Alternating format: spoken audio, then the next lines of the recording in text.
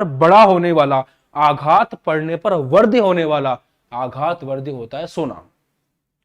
तो रदरफोर्ड ने कहा कि एक काम करो, एक परत के ऊपर, दूसरी परत के ऊपर, तीसरी परत के ऊपर, चौथी परत के ऊपर, बहुत सारी परतें बनी हुई है, मारो साले को। तो सोने को जब ठोकना शुरू किया, तो जैसे सोने को ठोकते हैं, सोने की जो परत है वो आगे की तरफ खिसकती जाती है और सोना पतला होता जाता है। और सोने की सबसे खासियत यह है, सोने की सबसे बड़ी खासियत यह है कि जब सोने को पतला करते जाएंगे तो उसकी परतें कम होती जाएंगी। जैसे और पीटो साले को, और पीटोगे तो ये और ज्यादा फैलेगा, इसकी परत और कम होगी, और पीटो साले को, तो एक समय ऐसा आएगा जब एक ही परत बचेगी, एक सिंगल परत सोने की मिलेगी। इतने मोटे सोने की परतों को तोड़ते जाओगे तो लास्ट में आपको केवल एक परत मिलेगी, इतनी सी। और अगर एक परत आपको मिल जाती है, इसका मतलब यह है कि परमाणुओं का सिंगल लेयर तक आप पहुंच चुके हो। ये एक परत मतलब इस पैटर्न पे आप आ चुके हो। अब इनके ऊपर हमला करना मतलब परमाणु के ऊपर हमला करना। तो वही बात है कि परमाणु को तोड़ना है तो सबसे पहले परमाणु के ऊपर परमाणु चढ़े हुए हैं, उनको हटा करके परमाणु की सिंगल लेयर तैयार करो और फिर उसके ऊपर अटैक करो, फिर उसका विध्वंस करो और फिर देखेंगे साला क्या निकलता है अंदर से।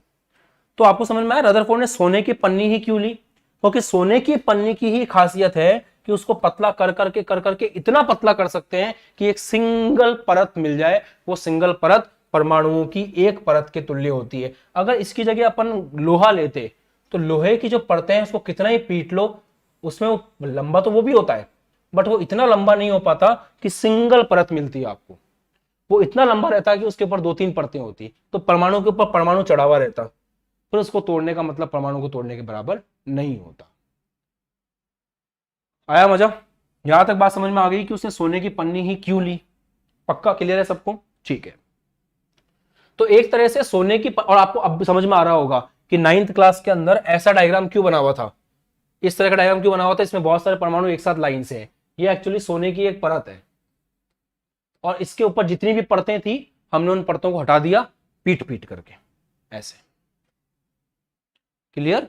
वेरी गुड, बहुत अच्छे। दिमाग लगा के पढ़ा करो, डेली क्लास में आया करो। चलो आगे बढ़ते हैं। अब क्या हुआ, सोने की पन्नी पर हमला करना, इसका मतलब परमाणु के ऊपर हमला करना। ये अल्फा कण गए, टकराए, ऑब्वियस सी बात है टकरा करके अल्फा कण अंट शंट इधर उधर फैलेंगे। अब अल्फा कण साले कहां जाके फैल रहे हैं आपको और मुझे क्या पता चलेगा? तो इसीलिए हमने क्या किया, इसके चारों तरफ एक ऐसी परत लगा दी जिस परत का नाम है फोटोग्राफिक फिल्म। नोट करो, लिखो कमेंट सेक्शन में फोटोग्राफिक फिल्म। एक आगे लगा दी और ऐसे ही एक फोटोग्राफिक फिल्म मजे मजे के लिए पीछे भी लगा दी। मतलब हर जगह हमने फोटोग्राफिक फिल्म लगा दी ताकि अगर कहीं से भी अल्फा कण जाकर के टकराते हैं तो हमें पता चल जाएगा, क्योंकि इसके ऊपर स्फुरदीप्त पदार्थ की लेपिंग होती है। स्फुरदीप्त स्फुरदीप्त पदार्थ वो होता है जिसकी ये खासियत है कि जैसे ही उसके ऊपर आकर के कुछ टकराएगा, जैसे ही उसके ऊपर आकर के कुछ टकराएगा, टकराते ही क्या होगा, वो चमकेगा। तो जैसे ही आकर के टकराएगा वो चमकता है, इसलिए उसको बोलते हैं स्फुरदीप्त पदार्थ। और आपको याद होगा जेडएनएस एक स्फुरदीप्त पदार्थ है जो हमने विसर्जन नली में भी काम में लिया था। तो जैसे ही इसके ऊपर कुछ पड़ेगा ये चमचम करेगा, और जैसे इसमें कुछ पड़ता है ये चमकता है, और जहां पे स्पॉट बना, इसको साइंस की भाषा में बोलते हैं स्पॉट, तो जहां पे भी स्पॉट बना हमें पता चल जाएगा कि वहां पे अल्फा कण जाके टकराया था। उसके बाद ये पूरी प्रायोगिक व्यवस्था रेडी है। बस इस पूरी की पूरी कंप्लीट प्रायोगिक व्यवस्था को रदरफोर्ड ने क्या किया, एक उसमें बंद कर दिया। इस पूरी प्रायोगिक व्यवस्था को आपके रदरफोर्ड ने क्या किया, बंद कर दिया। किसके अंदर बंद कर दिया? एक निर्वात चैम्बर के अंदर। एक सेकेंड, इस पूरी व्यवस्था को रदरफोर्ड ने एक चैम्बर में बंद कर दिया, जिस चैम्बर के अंदर उन्होंने कुछ नहीं रखा, निर्वात चैम्बर।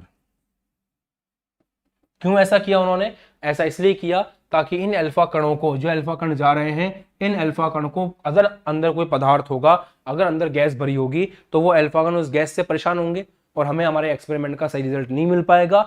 इसलिए उन भाई साहब ने क्या किया, इस तरह से उसको निर्वात कक्ष में बंद कर दिया। कमेंट करके बताओ समझ में आ गया यहां तक? आगे बढ़े।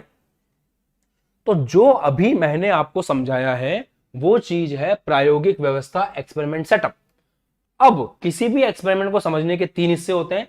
पहला होता है कि आप प्रायोगिक व्यवस्था को समझ लो, दूसरा हिस्सा होता है कि क्या प्रेक्षण मिले, अब उसके बारे में बात की जाए। क्या ऑब्जर्वेशन थी जरा उसके बारे में बात की जाए, और एक बार अगर ऑब्जर्वेशन समझ में आ जाएगी तो उस ऑब्जर्वेशन के आधार पर परिणाम निकालेंगे और फिर डिस्कस करेंगे कि वो परिणाम, रिजल्ट क्या थे। ठीक बात है। अब समझने की कोशिश करना ऑब्जर्वेशन क्या थी। सबसे पहली ऑब्जर्वेशन यह थी कि अधिकांश अल्फा कण सीधे गुजर गए।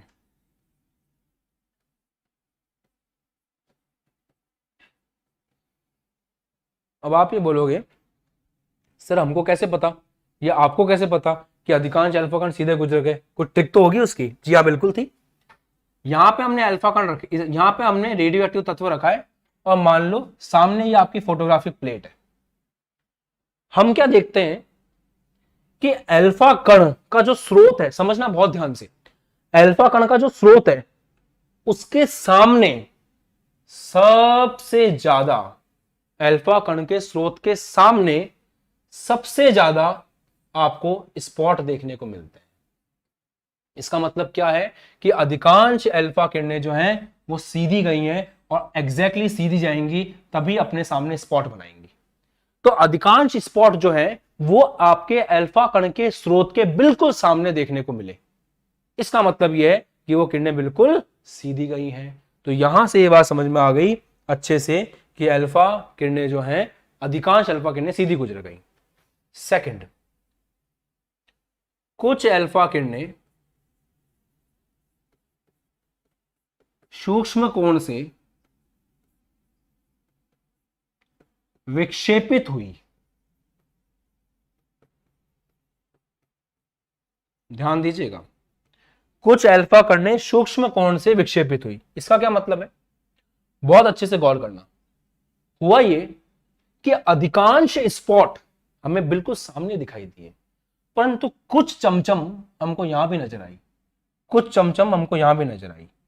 इसका क्या मतलब है, मतलब यहां से अल्फा कण निकले घूम के उधर गए, यहां से अल्फा कण निकले घूम के इधर गए, यहां से अल्फा कण निकले घूम के इधर गए, तभी तो अपने असली रास्ते से मुड़ गए, अपने असली रास्ते से मुड़ गए।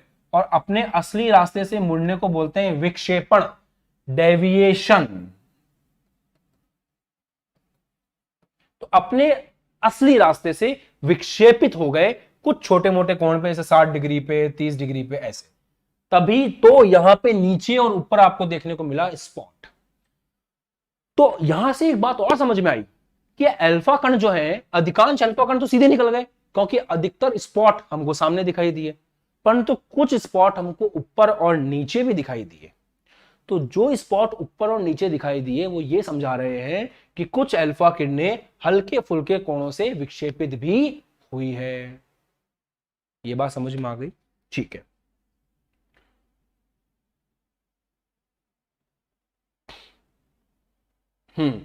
तो कुछ अल्फा किरणें सूक्ष्म कोण से विक्षेपित हो गई। तीसरा पॉइंट, कुछ किताबें कहती हैं 12,000 में से एक, कुछ किताबें कहती हैं 20,000 में से एक, कुछ किताबें कहती हैं 8,000 में से एक अल्फा कण वापस लौट आया।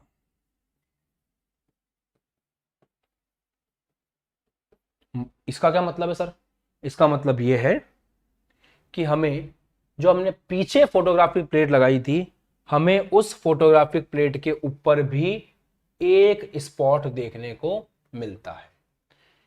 तो फोटोग्राफिक प्लेट के ऊपर स्पॉट कहां से आया, ये सोचने वाली बात है कि फोटोग्राफिक प्लेट के ऊपर स्पॉट कहां से आया, क्योंकि हमने यहां तो लेड का बॉक्स लगा रखा था, तो पीछे तो कुछ जा ही नहीं सकता था।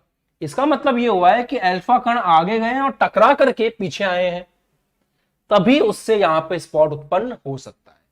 तो जो फोटोग्राफिक प्लेट आपने आगे लगा रखी थी, उस फोटोग्राफिक प्लेट के ऊपर भी आपको स्पॉट मिले, और जो फोटोग्राफिक प्लेट पीछे थी उसके ऊपर भी आपको स्पॉट मिले। तो पीछे वाली के ऊपर स्पॉट मिलने का मतलब है कि कण टकरा करके वापस बाउंस बैक हो चुका है।